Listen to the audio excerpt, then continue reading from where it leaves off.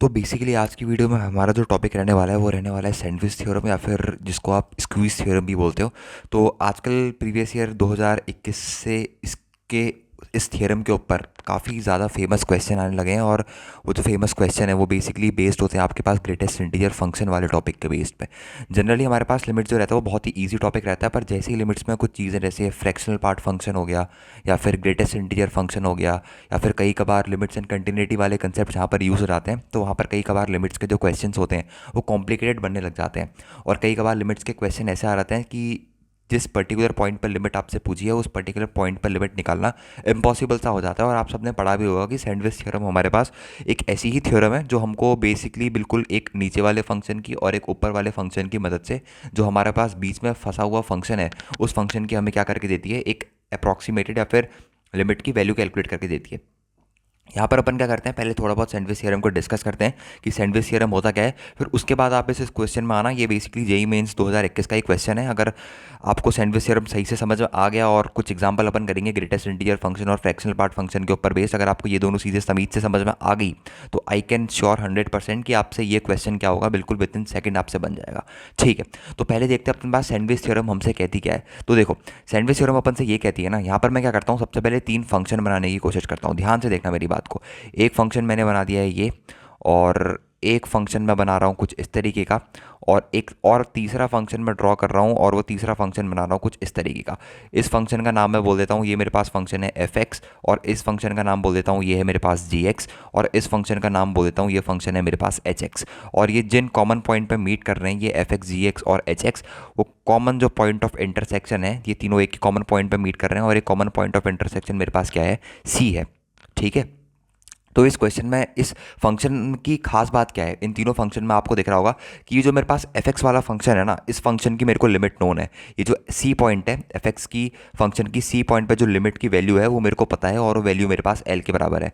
मतलब अगर मैं ये लिखूँ कि लिमिट एक्सटेंडिंग टू सी और अंदर अपना फंक्शन लिखूँ एफ एक्स, तो ये मेरे को पता है एल है।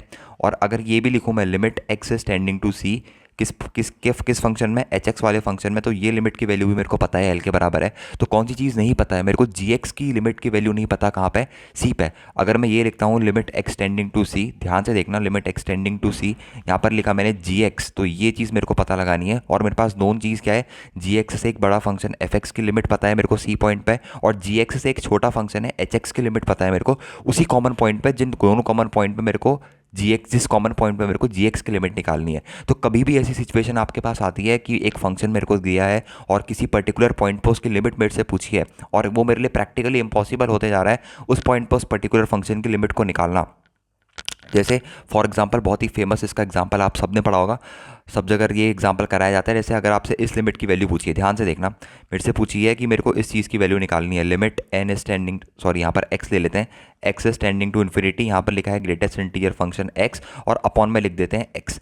इस लिमिट की मेरे को वैल्यू पूछी है, तो अगर आप यहाँ पर ग्रेटेस्ट इंटीजर फंक्शन के अंदर इन्फिनिटी पुट करोगे तो ये इन्फिनिटी और अपॉन इन्फिनिटी वाली फॉर्म बन जाएगी। अब इसमें लिबनीज, सॉरी हाँ, अगर इसमें एल ऑपरेटर रूल भी लगाया तो किस तरीके से लगाया जाए, क्योंकि ग्रेटेस्ट इंटीजर फंक्शन को डिफरेंशिएट करना again that is impossible type of thing. तो इस चीज़ को कैसे सॉल्व करा जाए, इस लिमिट को सॉल्व करने का जो बेस्ट अप्रोच रहता है वो आपके पास रहता है कौन सा थ्योरम, सैंडविच थ्योरम या फिर स्क्यूज थ्योरम। अब यहाँ पर अपन से ये थ्योरम ये कहती है कि यहाँ पर अपने पास जिस फंक्शन पे, जिस पॉइंट पे आपको लिमिट की वैल्यू निकालनी है और आप नहीं निकाल पा रहे हो, तो उस फंक्शन से बड़ा एक फंक्शन अज्यूम करो और उस फंक्शन से छोटा एक फंक्शन अज्यूम करो, और उसी पॉइंट पे उन दोनों फंक्शन पर लिमिट की वैल्यू आपको पता होनी चाहिए। जैसे कभी कभार क्वेश्चन में क्या करता है, साइन एक्स रहता है, साइन एक्स फंक्शन वाली चीज़ रहता है, तो साइन एक्स में क्या रहता है, कभी कभार क्वेश्चन फंस जाता है कि किसी पॉइंट पे लिमिट पूछी होती है और उस पॉइंट पे साइन एक्स की वजह से वो लिमिट अटक रही होती है। तो अपन क्या करते हैं, साइन एक्स के लिए ही अपन दो फंक्शन बनाते हैं, एक साइन एक्स की मिनिमम वैल्यू लेके -1 और एक साइन एक्स की मैक्सिमम वैल्यू लेके +1। तो एक छोटी वैल्यू लेके एक छोटा फंक्शन जनरेट कर देते हैं, एक बड़ी वैल्यू लेके एक बड़ा फंक्शन जनरेट कर देते हैं, और उन दोनों की जो लिमिट आती है वो इक्वल आती है बीच वाले फंक्शन के बराबर। और यही थ्योरम अपन से ये कहती है कि ये जो limit x tending to c g x होगी ना, अगर अपने पास ये सिनेरियो है, एफ एक्स जो है वो less than equals to g x, sorry ये चीज़ अपन ने उल्टी लिख दी, यहाँ पर लिखते हैं अपन एच एक्स जो है वो छोटा है मेरे पास जी एक्स से, और जी एक्स जो है वो मेरे पास छोटा है किससे, एफ ऑफ एक्स से। और अपन को ये वाली चीज़ पता है, कौन सी वाली चीज़, limit x tending to c h x जो है ये अपन को पता है। और ये वाली चीज़ अपन को निकालनी है, लिमिट एक्स टेंडिंग टू सी, ये वाली चीज़ जी एक्स अपन को निकालनी है। और ये चीज़ भी अपन को पता है, कौन सी वाली, लिमिट एक्स टेंडिंग टू सी, यहाँ पर लिखा है अपने पास एफ ऑफ एक्स। तो ऑब्वियस सी बात है ये जो लिमिट निकल के आएगी ये अपने पास किसके बराबर निकल के आएगी, एल के बराबर निकल के आएगी, क्योंकि इसकी लिमिट भी एल के बराबर है और इसकी लिमिट भी एल के बराबर है। तो एक्स इक्वल टू सी वाले पॉइंट पे जी एक्स की लिमिट भी किसके बराबर होगी, एल के बराबर ही होगी। तो सैंडविच थ्योरम या फिर स्क्यूज थ्योरम, आप स्क्वीज थ्योरम, आपको ये समझने की जरूरत है कि कभी भी क्वेश्चन में ऐसे सवाल आ जाते हैं कि वहाँ पर आपको फंक्शन उस पॉइंट पर लिमिट निकालना दैट इज़ थोड़ा बहुत इंपॉसिबल सा हो जाता है। तो उस इंपॉसिबल सी चीज़ को सॉल्व करने के लिए आपको क्या करना है, एक उससे छोटा फंक्शन अज्यूम करना है, एक उससे बड़ा फंक्शन अज्यूम करना है, और सेम पॉइंट पे उन दोनों फंक्शन की लिमिट सेम आनी चाहिए, तभी ये लिमिट मेरे पास, ये थ्योरम क्या होगी, वैलिड होगी। अगर यहाँ पर एच एक्स की लिमिट मान लो एल आती और एफ एक्स की लिमिट मेरे पास एल डैश कुछ और निकल के आती, तब अपन जी एक्स की लिमिट को एल या फिर एल डैश में से कोई भी चीज़ क्लेम नहीं कर सकते थे। कंडीशन यही है कि x equal to c point पे दोनों की लिमिट l और l ही निकल के आनी चाहिए, तभी हम क्या बोल सकते हैं कि x इक्वल टू सी वाले पॉइंट पे जो gx की लिमिट होगी वो किसके बराबर होगी, मेरे पास l के बराबर होगी। अब जैसे ये वाला क्वेश्चन मेरे को दे रखा है, limit x tending to infinity greatest integer function of x upon x दे रखा है। अब greatest integer function of x क्या होता है, इसके लिए आपको ग्रेटेस्ट इंटीजर ऑफ फंक्शन में बहुत ज़्यादा अच्छी पकड़ होनी चाहिए कि आपको ये चीज़ पता है कि जो greatest integer function of x है वो हमेशा मेरे पास छोटा या फिर इक्वल टू रहता है x के, एक्स से छोटा रहेगा या फिर एक्स के इक्वल टू रहेगा, और हमेशा बड़ा रहेगा किससे, एक्स माइनस वन से। अगर आपको ये चीज़ नहीं पता तो आपको ग्रेटेस्ट इंटीजर फंक्शन पढ़ना आना चाहिए। मतलब थोड़ा अपन यहाँ पर एक्सप्लेन करें तो जैसे आपने ग्रेटेस्ट इंटीजर फंक्शन के अंदर ले लिया 3 ले लिया। अब कई बच्चे बोलते हैं कि यहाँ पर इक्वल टू क्यों लगाया, इक्वल टू इसलिए लगाया क्योंकि अगर किसी ने यहाँ पर directly integer he put on कर दिया है तो ग्रेटेस्ट इंटीजर फंक्शन ऑफ 3 कितना होगा, 3 होगा ना। तो एक केस ऐसा भी आता है जहाँ पर ये चीज़ इक्वल टू होती है, इसलिए यहाँ पर इक्वल टू लगाना क्या होता है, जरूरी हो जाता है। जैसे 3.8 डाला, अब 3.8 का GIF कितना होगा, 3, वो छोटा होगा एक्स से, यानी कि 3.8 से तो छोटा ये 3, और 3.8 माइनस 1 2.8 से मेरे पास बड़ा है। तो ये चीज़ आपको आनी चाहिए। तो अपन यहाँ पर क्या करते हैं, अपन को निकालनी है GIF of x upon x की लिमिट निकालनी है ना। तो अपन दोनों साइड किससे डिवाइड कर देते हैं, एक्स से डिवाइड कर देते हैं। तो यहाँ पर भी एक्स से डिवाइड कर दिया, और अपन क्या करते हैं, तीनों तरफ लिमिट लगा देते हैं। Limit x is tending to infinity, यहाँ पर आ जाएगा अपने पास 1 माइनस 1 बाई एक्स, और लेस देन यहाँ पर आ जाएगा limit x is tending to infinity, यहाँ पर आ जाएगा GIF of x upon x, और लेस देन यहाँ पर तो खैर आपके पास 1 ही बन गया, तो ये लिखो ना लिखो आपके पास बराबर ही है। और इस पर भी लिमिट डालोगे तो ये भी अपने पास 1 बन जाएगा। तो पर्टिकुलरली इस वाली लिमिट की वैल्यू किसके बराबर निकल के आ जाएगी, मेरे पास 1 के बराबर निकल के आ जाएगी।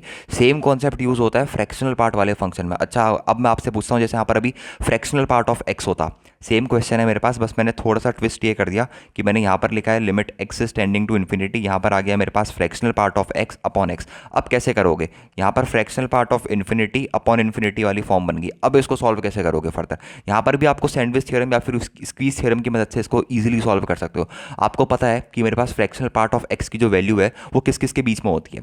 फ्रैक्शनल पार्ट ऑफ एक्स जो है मेरे पास वो हमेशा किस किस के बीच में लाई करता है, 0 से लेकर 1 के बीच में लाई करता है। 1 से हमेशा छोटी रहती है फ्रैक्शन, और 0 भी हो सकती है या फिर 0 से बड़ी भी हो सकती है, ये सब आपको पता होगा। तो अब क्या करना है, fractional part of x upon x की लिमिट निकालनी है ना।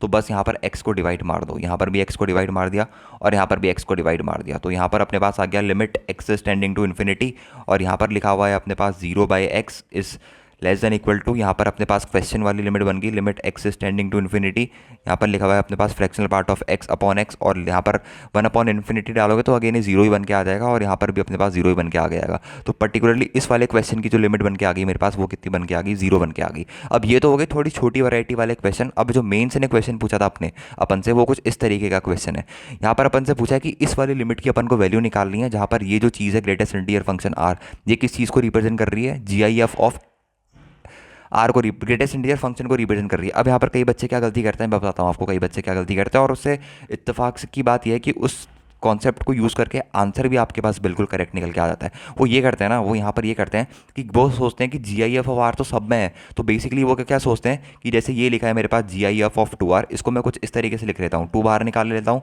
GIF ऑफ आर लिख लेता हूँ, ऐसी पूरी लिमिट में ये चीज़ लगा देता हूँ। तो GIF ऑफ आर मेरे पास कॉमन आ गया, और अंदर मेरे पास बच गया 1 + 2 + dash dash dash up to n तक, और नीचे मेरे पास क्या दे रखा है, n²। तो फर्दर सॉल्व करोगे फिर वो क्या सोचते हैं कि ये आर जो है एक नॉन जीरो रियल नंबर है, तो GIF ऑफ आर मेरे पास क्या हो जाएगा, आर के बराबर हो जाएगा। और मल्टीप्लिकेशन में मेरे पास क्या निकल के आ रहा है, n × n+1 अपॉन 2n² निकल के आ जाता है। तो एक n से एक n कैंसिल, और उल्टा इस पर लिमिट क्या लगी हुई है, इस पर लिमिट लगी हुई है limit n tending to infinity. Further इसको सॉल्व करते हैं तो r/2 आंसर निकल के आता है, जो बिल्कुल करेक्ट आंसर है। और एक बिल्कुल सही आंसर है बिल्कुल। अब जो कि मेथड बिल्कुल गलत है, क्योंकि ग्रेटेस्ट इंटीजर फंक्शन में मेरे पास कोई भी ऐसी प्रॉपर्टी नहीं होती जो ये कहती है कि अगर 2r लिखा है तो 2 बाहर आ जाएगा और r अंदर का अंदर रह जाएगा। एक प्रॉपर्टी होती है जो एडिशन के लिए काम करती है, वो ये कहती है कि x प्लस एन अगर आपसे बोला है और वहाँ पर कंडीशन ये होती है कि जो n वाला पार्ट है मेरे पास, ये n मेरे पास क्या होना चाहिए, इंटीजर होना चाहिए, तब अपन इस चीज़ को क्या लिख सकते हैं, greatest integer function plus n। यहाँ पर n कंडीशन क्या होनी चाहिए कि n जो होना चाहिए वो मेरे पास इंटीजर होना चाहिए। ठीक है, अब देखते हैं कि इस तरीके के क्वेश्चंस को आप कैसे सॉल्व कर सकते हो। जो पहला वाला मेथड है वो टोटली इनकरेक्ट है, वो आपको कभी भी यूज़ नहीं करना। अब यहाँ पर देखो क्वेश्चन क्या दे रखा है। क्वेश्चन में अपन से पूछ रखा है कि limit n tending to infinity अपन को निकालना है, और यहाँ पर अपन को दे रखा है G I F of R plus फिर यहाँ पर दे रखा है G I F of 2r plus फिर यहाँ पर दे रखा है G I F of 3r plus dash dash dash dash करते करते लास्ट में अपन को दे रखा है G I F of n times of r। और नीचे वाली जो चीज़ है यहाँ पर अपन को दे रखी है एन स्क्वायर वाली चीज़ अपन को यहाँ पर दे रखी है। ठीक है, तो अब यहाँ पर अपन से क्या पूछा है, इस लिमिट की वैल्यू अपन को निकालनी है। तो अब इस लिमिट की वैल्यू किस तरीके से अपन निकाल सकते हैं। तो देखो मैंने आपको क्या बताया था कि लिमिट का आपको क्या कॉन्सेप्ट यूज़ करना है जब भी ग्रेटेस्ट इंटीजर वाला क्वेश्चन आ जाए, कि ये जो जी आई एफ ऑफ आर मेरे पास होगा ना, ये हमेशा लेस देन इक्वल टू होगा किससे, आर से, और ग्रेटर देन किससे होगा, आर माइनस वन से। अच्छा, अगर इस डब्बे के अंदर 2r आ जाएगा तो जहाँ जहाँ पर r है वहाँ पर 2r रख देना, तो यहाँ पर 2r, और किससे बड़ा हो जाएगा, ये बड़ा हो जाएगा 2r माइनस वन से। अब यहाँ पर डब्बे के अंदर अगर 3r आ गया तब क्या कॉन्सेप्ट होगा, यहाँ पर 3r आ जाएगा, और यहाँ पर क्या आ जाएगा मेरे पास 3r माइनस वन आ जाएगा। तो ऐसे ही करते करते ये डब्बा मेरे पास जो गया है वो गया है n टाइम्स ऑफ r तक। तो n टाइम्स ऑफ r जो होगा nr से छोटा होगा, और किससे बड़ा होगा मेरे पास, nr माइनस वन से बड़ा होगा। बस ये चीज़ का आपको क्या कर देना है, सम अप कर देना, और आपका डायरेक्टली रिजल्ट आपके पास निकल के आ जाएगा। अब देखो यहाँ पर क्या हो रहा है, यहाँ पर मेरे पास r 2r 3r nr तक एक सीरीज़ बन रही है। तो यहाँ से अगर मैं r कॉमन निकाल लूँ तो 1 से लेकर n तक का सम निकला है। तो अगर r कॉमन निकाल लिया तो 1 से लेकर n तक का सम कितना हो जाएगा, n into n plus one upon two, और minus one one one one one one n times है, तो यहाँ पर एक n भी सब्ट्रैक्ट करना पड़ेगा ग्रेट लेस देन। यहाँ पर ये क्वेश्चन ही बन गया आपके पास एक तरीके से, G I F of r लिखा है, फिर क्या लिखा है G I F of 2r, plus ऐसे करते करते मेरे पास कहाँ तक गई हैं चीज़ें, G I F of n r तक मेरे पास चीज़ें गई हैं, और लेस देन इक्वल टू यहाँ पर क्या लिखा है, आर कॉमन निकालोगे तो ये बेसिकली 1 से लेके एन तक आपके पास क्या लिखा है, सम लिखा है। तो आर कॉमन निकालोगे तो यहाँ पर आ जाएगा आपके पास n into n plus one divided by 2 आ जाएगा। अब ये जो क्वेश्चन पूछा है, क्वेश्चन में क्या कर रखा है, बस थोड़ा सा इसमें मिर्च मसाला ऐड कर रखा है। बेसिकली इस पूरी लिमिट को किससे डिवाइड कर रखा है, इस पूरी लिमिट को डिवाइड कर रखा है इन्होंने एन स्क्वायर से, और इस वाली पूरी लिमिट को डिवाइड कर रखा है इन्होंने एन स्क्वायर से, इस लिमिट को डिवाइड कर रखा है एन स्क्वायर से। अब डायरेक्टली आपको दिख रहा है ये जो क्वाड्रेटिक बाय क्वाड्रेटिक टाइप की लिमिट्स होती है, या फिर लीनियर बाय लीनियर टाइप की लिमिट आपके पास से बन रही है, तो डायरेक्टली इसका रिजल्ट आपको दिख रहा है। इसका रिजल्ट कितना आ जाएगा मेरे पास, r/2 आ जाएगा, और इसका रिजल्ट कितना आ जाएगा मेरे पास, r/2 आ जाएगा। इसमें सॉल्व करने की जरूरत ही नहीं है, आप सबने कॉन्सेप्ट पढ़ा होगा। ये मेरे पास क्या बन जाएगा, ये मेरे पास बन जाएगा r n square plus r into n divided by 2n square. तो ये जो n स्क्वायर के कोएफिशिएंट होते हैं ये मेरे पास डायरेक्टली रिजल्ट होते हैं। अगर क्वाड्रेटिक बाय क्वाड्रेटिक है, ये भी क्वाड्रेटिक ये भी क्वाड्रेटिक, तो डायरेक्टली रिजल्ट n/2 आ जाएगा। सेम यहाँ पर भी n से n कट जाएगा तो लीनियर बाय लीनियर बन जाएगा, तो इसका रिजल्ट भी मेरे पास कितना निकल के आ जाएगा, r/2 ही निकल के आ जाएगा। तो ये जो बीच वाली लिमिट मेरे पास आ रखी है, ये बीच वाली लिमिट का रिजल्ट भी मेरे पास कितना निकल के आ जाएगा, r/2 निकल के आ जाएगा। तो बेसिकली अब आपको समझ में आ गया होगा कि अगर ग्रेटेस्ट इंटीजर वाले तरीके के कोई भी क्वेश्चन आपके पास आते हैं तो वहाँ पर आपको स्क्वीज थ्योरम या फिर सैंडविच थ्योरम यूज़ करनी होती है। वैसे और भी बहुत बेहतरीन सवाल बनते हैं, कई बार जेईई एडवांस 2024 का सवाल भी अगर आपको याद होगा वो भी स्क्वीज थ्योरम या फिर सैंडविच थ्योरम के ऊपर ही बेस्ड था, वो भी काफ़ी इंटरेस्टिंग क्वेश्चन था। तो इस तरीके के क्वेश्चन क्या कर सकते हो आप, सैंडविच थ्योरम से बिल्कुल आसानी से कर सकते हो। और भी ऐसे कई क्वेश्चन आते हैं जहाँ पर आप भरपूर यूज़ उठा सकते हो सैंडविच थ्योरम का। फिलहाल आई होप कि आपको सैंडविच थ्योरम समझ में आ गया होगा। छोटी सी वीडियो है 12-13 मिनट की, बस आपके मेंस के एग्जाम के लिए काफ़ी यूज़फुल रहेगी। तो आज की वीडियो में इतना ही रखते हैं, मिलते हैं नेक्स्ट वीडियो में। तो ओके बाय, तब तक के लिए मेहनत करते रहो।